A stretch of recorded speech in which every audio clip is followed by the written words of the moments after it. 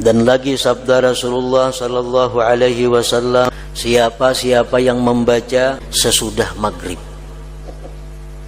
sesudah maghrib waktunya, sebelum isya, maka dia seolah-olah beribadah pada malam qadar. Nilai pahala yang diberikan Allah kepada dia sama dengan dia beribadah pada Lailatul Qadar.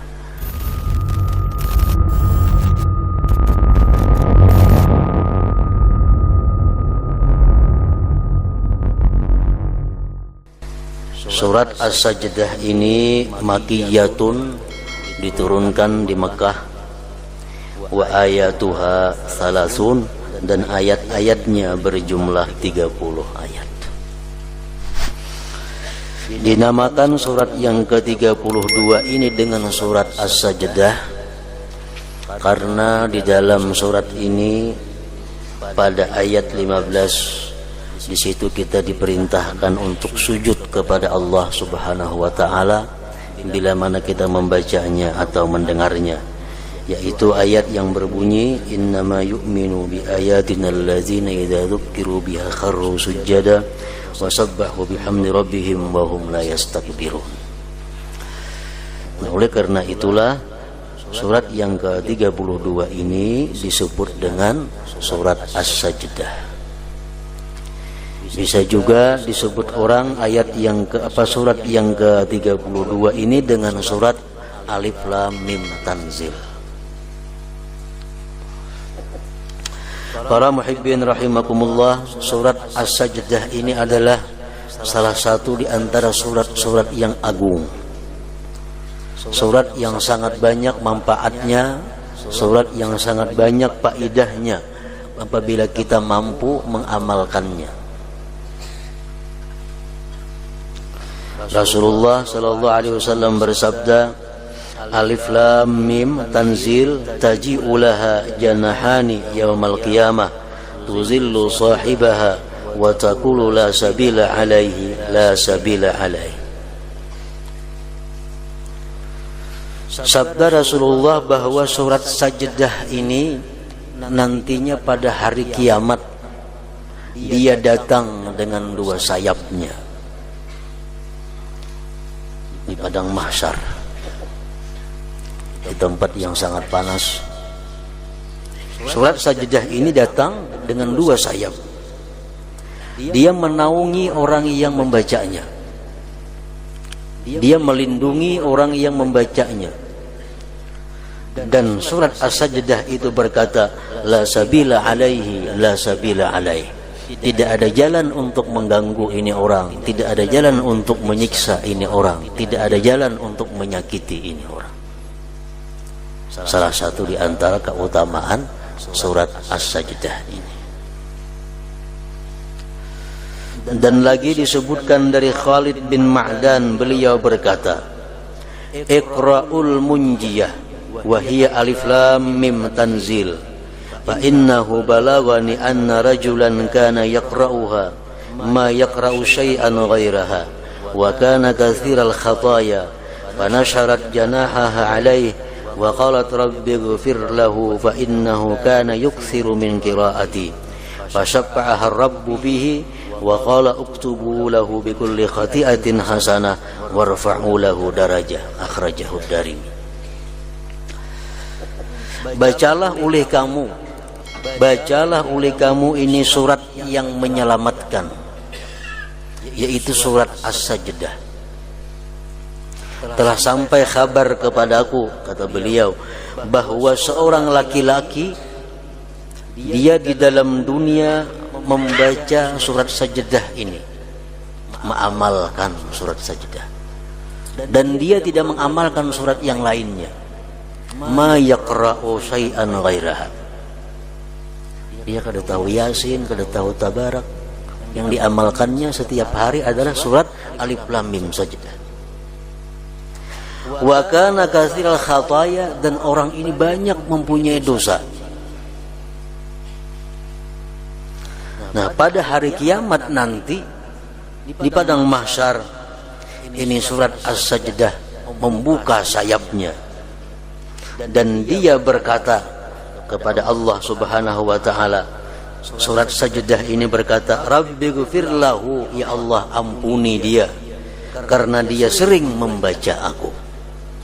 Maka Allah akhirnya memberikan syafaat padanya, dan Allah berfirman, tulislah bagi dia dengan tiap-tiap dosa itu kebaikan, dan tinggikan bagi dia derajatnya. Rawahud Darimi. Ini hanya orang yang mengamalkan surat As-Sajdah, tidak mengamalkan surat-surat yang lainnya. Sudah sedemikian rupa syafaatnya, pertolongannya, apalagi ditambah dengan surat-surat yang lainnya. Dan lagi sabda Rasulullah sallallahu alaihi wasallam, man qara'a tabarakalladzi biyadihil mulku wa alif lam mim tanzil as-sajdah ba'dal maghrib wal isya'il akhirah faka'annama qama lailatul qadar. Siapa yang membaca tabarak, surat Al-Mulk dan surat As-Sajdah ini sesudah maghrib,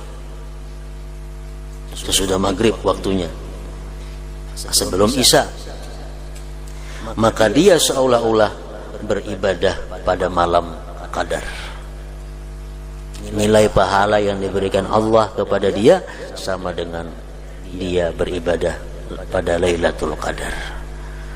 Jadi surat Tabarak dahulu baca, hanyar surat Alif Lam Mim Tanzil ini atau Sajdah ini setiap malam antara maghrib dan isya waktunya, kalau hendak mendapatkan pahala Lailatul Qadar. Kalau yang pertama tadi sarah aja membaca malam ke siang ke asal tiap harinya membaca, itu sudah dapat syafaatnya di hari kiamat. Tapi kalau untuk mendapatkan Lailatul Qadar mesti membacanya dengan tabarak beganding dan sesudah maghrib sebelum isya. Nah, para muhibbin rahimakumullah, inilah sebagian daripada hadis-hadis Rasulullah yang menjelaskan tentang keutamaan surat As-Sajdah ini. Sehingga dengan hadis-hadis ini tidak ada jalan kecuali untuk mengamalkannya setiap malam. Dan ini merupakan sesuatu dianggap amalan wajib bagi seseorang yang menjalani jalan akhirat. Karena surat ini surat yang menyelamatkan dia di akhirat nanti.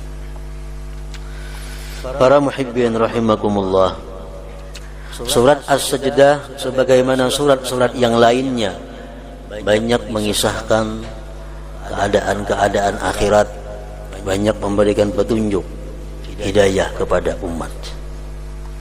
Antara lain kita ambil satu ayat dari surat Sajdah yang berbunyi, Qul yatawaffakum malakul mautil ladzi wukkila bikum thumma ila rabbikum turja'un. Firman Allah, katakan wahai Rasul,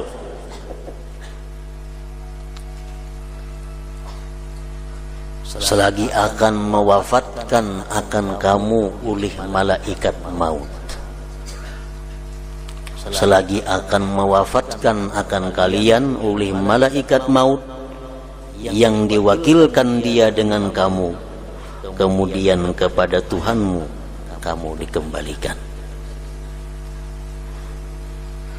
Satu ayat ini memberikan beberapa isyarat petunjuk kepada kita. Pertama, kita disuruh untuk mengenali malaikat maut yang pasti akan kita jumpai, supaya jangan takajud kaina. Disuruh oleh Tuhan kita mengenali malaikat maut. Yang kedua, ayat ini menunjukkan bahwa kita semua akan dikembalikan kepada Allah Subhanahu wa taala. Tsumma ila rabbikum turja'un. Malakul maut ismuhu ngaran sidin Israil. Israil maknahu artinya Abdullah. Abdullah bahasa Arabnya.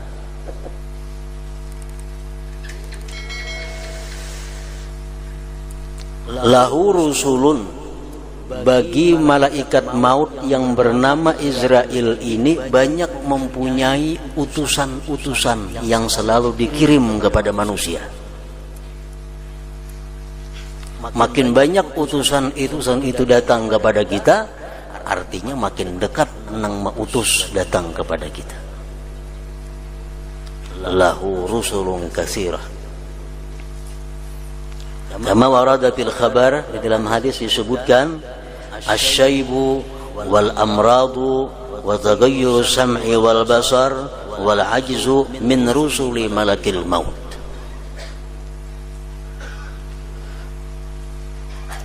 Bermula uban,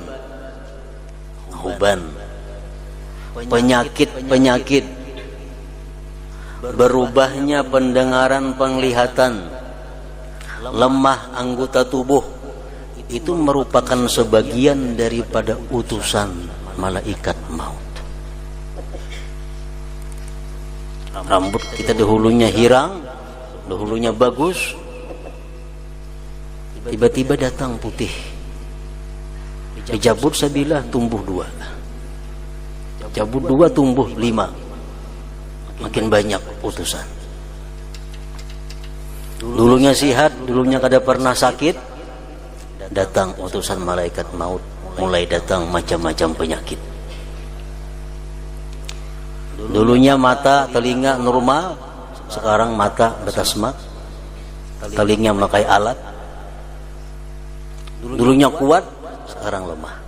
Itu semua kata Rasulullah adalah min rusuli malakil maut, utusan malaikat maut. Dan ini merupakan bagian dari kasih sayang Allah Subhanahu wa ta'ala kepada kita. Bahwa kita dikabari oleh Allah. Jauh-jauh hari kita dikabari.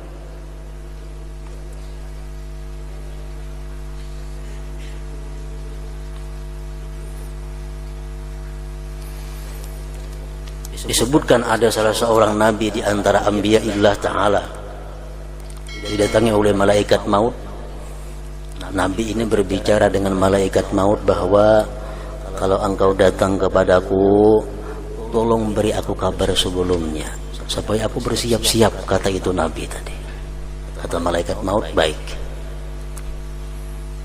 Ulik malaikat maut.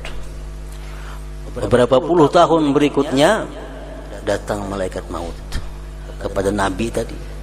Napa kabar ikam ya Nabi? Dia malaikat maut, aku hendak mencabut roh engkau. Maka ikam janji mengabari aku. Kenapa bakajutan datang?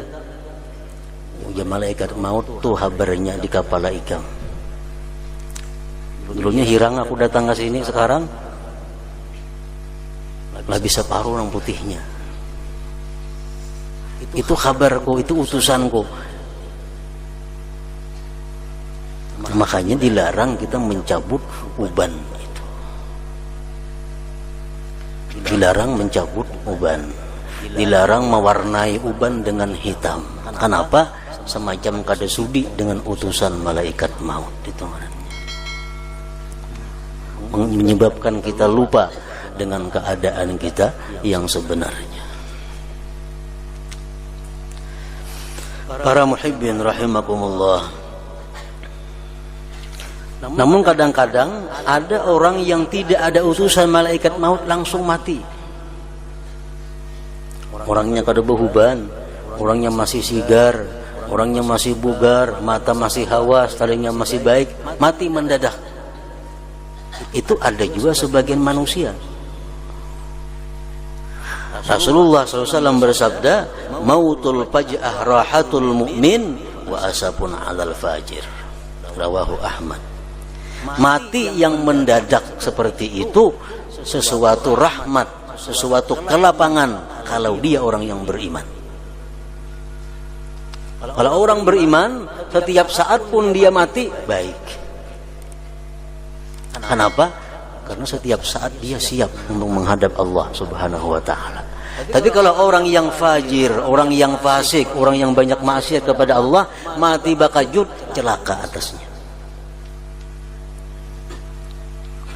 rasa hidup lagi, rasa sigar, rasa apa, rasa panjang umur. Karena kada ada penyakit, kada ada uban, gigi masih baik, semua mati. Asafun, ini merupakan penyesalan, kerugian, kesedihan kalau orang itu fajir.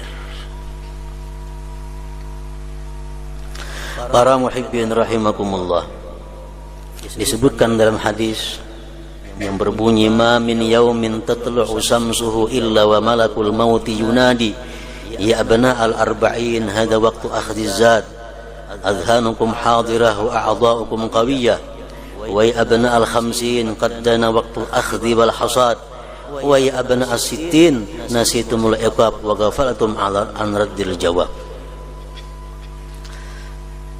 Kata Rasulullah sallallahu alaihi wasallam yang artinya bahwa setiap hari terbit matahari, malaikat maut ini selalu mengumumkan, selalu mengingatkan. Malaikat maut, ya abna al-arba'in, wahai orang-orang yang berumur 40, hai manusia yang umurnya kepala 4, hadza waktu akhdhiz zat, ini waktunya kalian mengambil bekal. Azhanukum hadirah, hati kamu masih hadir, ingatan kamu masih kuat. Wa a'dha'ukum qawiyah, anggota kamu masih kuat. Umur 40 itu umur di mana kita disuruh untuk mempersiapkan segala-galanya untuk menghadapi akhirat. Ujar malaikat maut mengingati kepada manusia. Waktu umur 40 kita bisa guring 2 jam sehari. Waktu umur 40 kita masih bisa kadang-kadang kada guring 24 jam. Bekerja, beribadah, beramal kepada Allah Subhanahu wa ta'ala. Ini waktunya kita untuk bersungguh-sungguh. Kalau sudah umur 60 tahun, 50, sedikit saja kurang guring, garing. Guring taubah waktunya, garing. Jadi umur 41, 42 sampai 49 itu waktu di mana kuatnya seseorang untuk beribadah kepada Allah Subhanahu wa ta'ala. Keuntungannya kalau kita waktu muda beribadah kepada Allah, andai kata kita tua, kita uyuh, kita sakit, tetap dicatat oleh Allah Subhanahu wa ta'ala. Ini untungnya. Waktu kita umur 40, kita tiap malam tahajud jam 1 sampai subuh, tiap malam. Lagi umur 40. Sudah umur 60 kada kawal lagi. Jam 4 jam 8 bangun. Jam 4 hanya bangun. Umur sudah 60, tetap dicatat oleh Allah mulai pukul 1 sampai subuh. Kenapa? Karena hanya lemahnya dia yang menghalang daripada ibadah. Dan sudah dia buktikan waktu dia kuat, dia sungguh rajin beribadah. Nah ini Allah maha kasih sayang kepada kita. Kalau sudah umur 60 tahun menyesal, kada ada artinya. Aku hendak beribadah tapi kada kawal lagi, kada angin, garing. Umur sudah 60 tahun kada kawal lagi beribadah. Itu alasan seperti itu ditolak oleh Allah. Kenapa? Agar Tuhan ikan pernah merasai muda, ikan pernah merasai mana buktinya. Nah ini untungnya orang yang waktu muda beribadah. Hadza waktu akhdhiz zat azhanukum hadirah wa a'dha'ukum qawiyah. Wa ya abna al-khamsin, ujar malaikat maut, wahai orang yang berumur 50, kepala 5. Qad dana waqtul akhdhi wal hasad, sungguh parak waktu diambil, waktu dikatam. Umur 50 ke atas tuh parak, kada lawas lagi. Artinya apa?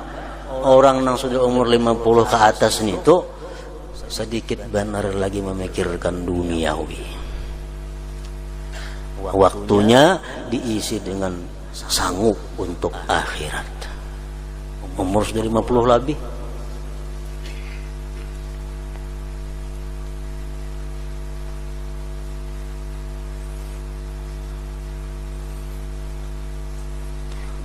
Hadza waktu akhdhiz zat Wa qad dana waqtul akhdhi wal hasad, wahai orang yang umur 50 tahun, waktunya sudah parak. Kada kawa ditambal-tambal, kada kawa diundur-undur lagi. Wa ya abna as-sittin, wahai orang yang umur 60 tahun, kata malaikat, nasitumul iqab, apakah kamu lupa akan iqab, akan siksa Allah? Umur 60 masih begadut saja di pasar lagi. Umur 60 masih sibuk dengan urusan dunia. Apakah kamu lupa akan siksa Allah? Bagaimana kamu nanti menjawab pertanyaan Allah Subhanahu wa ta'ala?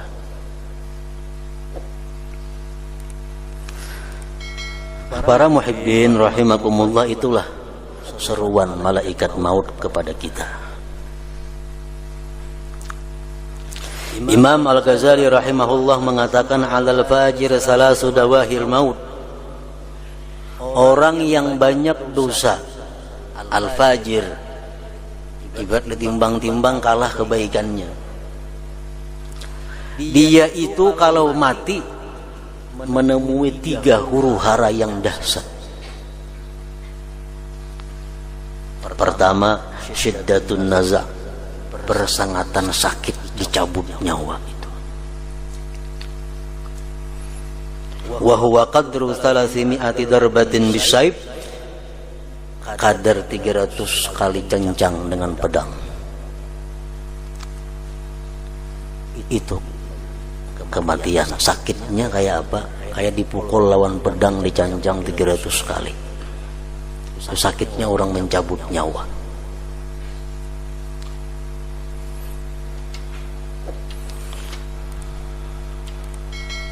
Kalau dia orang yang tidak beriman kepada Allah, orang yang durjana, orang yang banyak dosa, hendak mati itu awaknya sakit, hatinya sakit. Double. Hatinya sakit, awaknya sakit.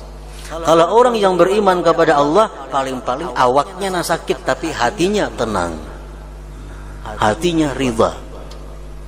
Rasulullah berkata, al-maut kafaratul mu'min. Kematian yang sedih, yang sakit itu merupakan kafarat dosa bagi orang yang beriman kepada Allah.